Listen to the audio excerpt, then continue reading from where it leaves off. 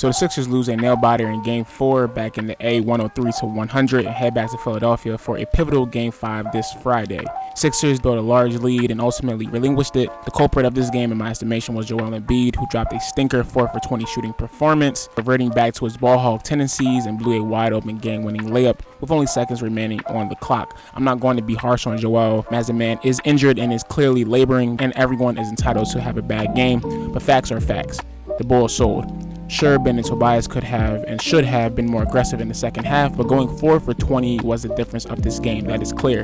That's at least 32 points that could have been spread somewhere else among the 76ers. Looking at the Hawks, Trey dropped 25 points with his worst shooting performance of the series, going 8-for-26. Shout out to Ben and Matisse. Once again, 8-for-26, but he did facilitate 18 assists. John Collins was the reason why Atlanta won, in my estimation, with his momentum-changing dunks and clutch three-point shot during the fourth quarter. Long story short, the Sixers squandered their chance, going up 3-1, heading back home to close it out, and it was, obvious. Everything was going right for them. They had an 18-point lead going into the second or during the second quarter, and ATL couldn't shoot for nothing. But of course, the Sixers will Sixer. I don't really am concerned long term. The Hawks barely squeaked by, with Joel Embiid having a putrid shooting performance, and that's probably not going to happen going forward.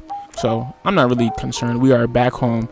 Obviously, Joel is hurt. Like, the bull is injured. Like, clearly he is playing on a partially torn meniscus. So I just can't get mad at him per se. Yes, I was frustrated and annoyed of him reverting back to his old tendencies, getting upset, acting like kid when he's not getting calls, when he's getting fouled, yada yada yada, which I explained wonderfully in an old video. But I mean, it is what it is at this point. The Sixers didn't do what they came to do, so we're gonna have to fight more games. Furkan played well in Danny Green's spot. The Hawks did try to target him on their offensive possessions, but it seemed like the boy Furkan did hold his own offensively. Yes, but on defense too. I remember he had he definitely stripped Gallinari on a key possession in the fourth. Furkan did his thing. Don't blame Furk. This is not on Furkan. So let's look at your tweets. Trash talk. Nets 2, Bucks 2, Sixers 2, Hawks 2, Jazz 2, Clippers 2. Everyone is tied up. This is wonderful basketball that we are seeing in the 2020-2021 season. I was saying to my friends how it's, amazing how much parity is back in the NBA after a 4+ year stranglehold that was the Cleveland Cavaliers and the Golden State Warriors. This is peak apex basketball. Everyone has a chance to win the chip, and it's beautiful. When it comes to Nets and Bucks, I still want to lean towards the Nets because they have more firepower. With injuries though, the Bucks should be taking it. I honestly don't care who wins because at this point everyone is hurt. The Sixers still match up well with the Bucks, and the Sixers match up really well against a injured Nets team. So the Jazz and the Clips, I had the Clippers winning in 7-6, and it's holding true to form at least right now. I believe that the Clippers are one of the most complete teams left in the playoffs, and they will be a problem if they actually reach their peak. But shout out to Utah and D Mitch and the boy Rudy Gobert, even though he stole the DPOY from Mr. Benny 1 point. If your team not in the playoffs, do not comment on what the Sixers do or not do. Lames. The league MVP got swept out of here. My MVP lives to play another game. My friend who is a Celtics fan, and I hope you're listening to this right now, added me and a bunch of his Sixer loving friends in a group chat and was talking mad smack yesterday after the Sixers lost. Now it's amazing to me because didn't the Celtics just hit the reset button on their whole franchise a few weeks back? So Celtics fans upset, and it's okay because their championship window closed. Boys really acting like a bull with a nickname Time Lord is going to be the difference for the difference for them. Joel Embiid shot 0 of 12 in the second half. The Sixers were outscored by 16 points with Embiid on the court. Obviously, the coaching could have been better. Yes, Joel shouldn't have been out there in the first place. Better overall play from our team, but at the end of the whole day, that's 32 points.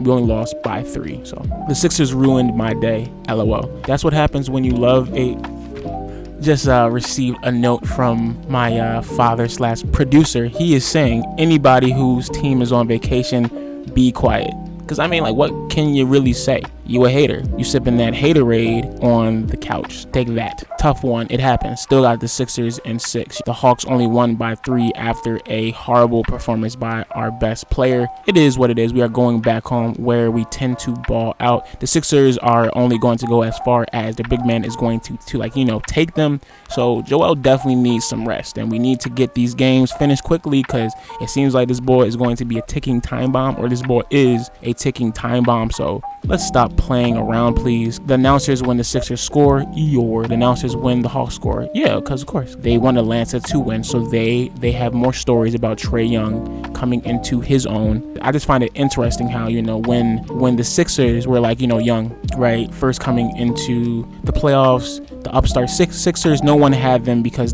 boys said, oh, experience matters in the playoffs. But all of that goes out the window when we see Trae Young. Sixer fans listening to me, bro, like, it's clear, it is obvious, these Sixers are marketed as the villains of the NBA. Instead of complaining about it, right, it's going to happen regardless. Just embrace it. It makes for, more fun basketball for yourself. It makes the wins extra better. Because, like, yeah, we villains, yeah, you upset, yeah, and we still won. So that's why I be talking my ish now. Sixers with the Ben Affleck stress meme. Yeah, how Joel Embiid is about to be at the end of the playoffs. Yeah, man, the Sixers are only going to go as far as their big man goes, and the Bull was clearly tired, so I'm not really that upset. Yes, the Bull sold, and yes, we are going to critique our players, but, looking at facts, bro. If he hits, 3 shots, we win the game. Now, I am concerned somewhat off of the whole fact that the Hawks shot their worst shooting performance of the series, and we couldn't capitalize on it when the Sixers are gifted those opportunities. You can't let that go, especially being up 18 points. Like, come on, yo. The Sixers will inevitably Sixers in 6.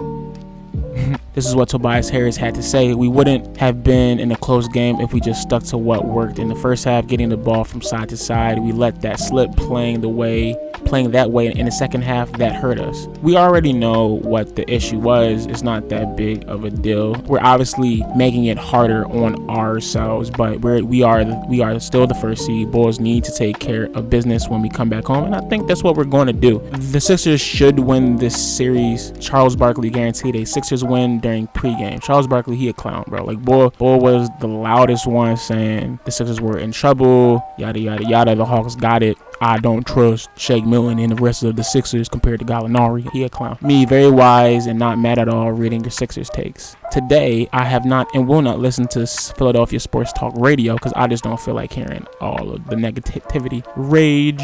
The Hawks play desperate, as we all should have expected. I'm not worried about this series if JoJo is healthy and can play. Sixers in 6. Practice your free throws, kids. Yeah, like, and like, I don't feel bad because, like, yeah, shoot your freaking free throws. Like, that is what it is. If he was, not a liability there, then yes, the Bull could have been playing at this time. Maybe this will get in his head more and force him to actually play better. But in that situation where you need a 3 at the end of the game with no timeouts left, taking the ball out from the backcourt, yeah, you're gonna want your best shooters on the floor, and that's not a disrespectful move. That is a coach giving his team the best opportunity to win and telling his star point guard, point forward, yo, you're not above the whole team. Work on them Jones. Announcers when the Hawks make a shot versus when the Sixers make a shot. Everybody whose team had an early exit from the playoffs, cough, was waiting for the Sixers to lose tonight. It's okay. We embrace being the bad guy, especially me. Yeah, bro, you embrace it. Like, why not?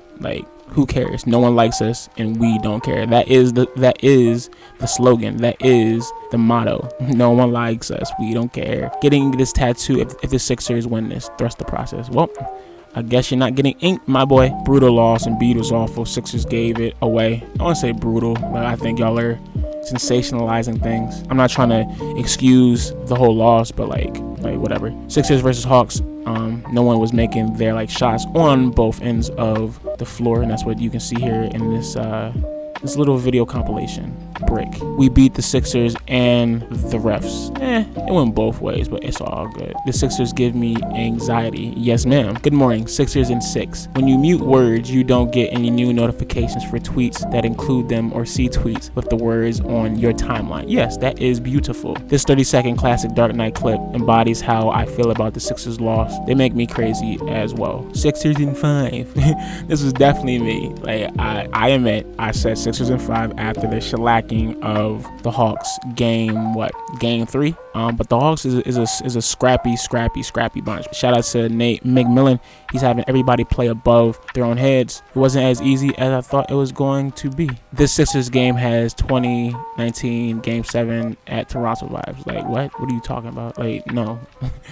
Like, Bulls be saying anything. The Sixers were up double digits, and then, wow, let the Philly Bulls ride they daggone bikes. To all the people celebrating our loss and praying on our downfall, Sixers in 6, you already know how it is. It's okay. I guess I wasn't meant to have a good life. Of course, Sixer fans being depressed. The Sixers sold. Yes, they did.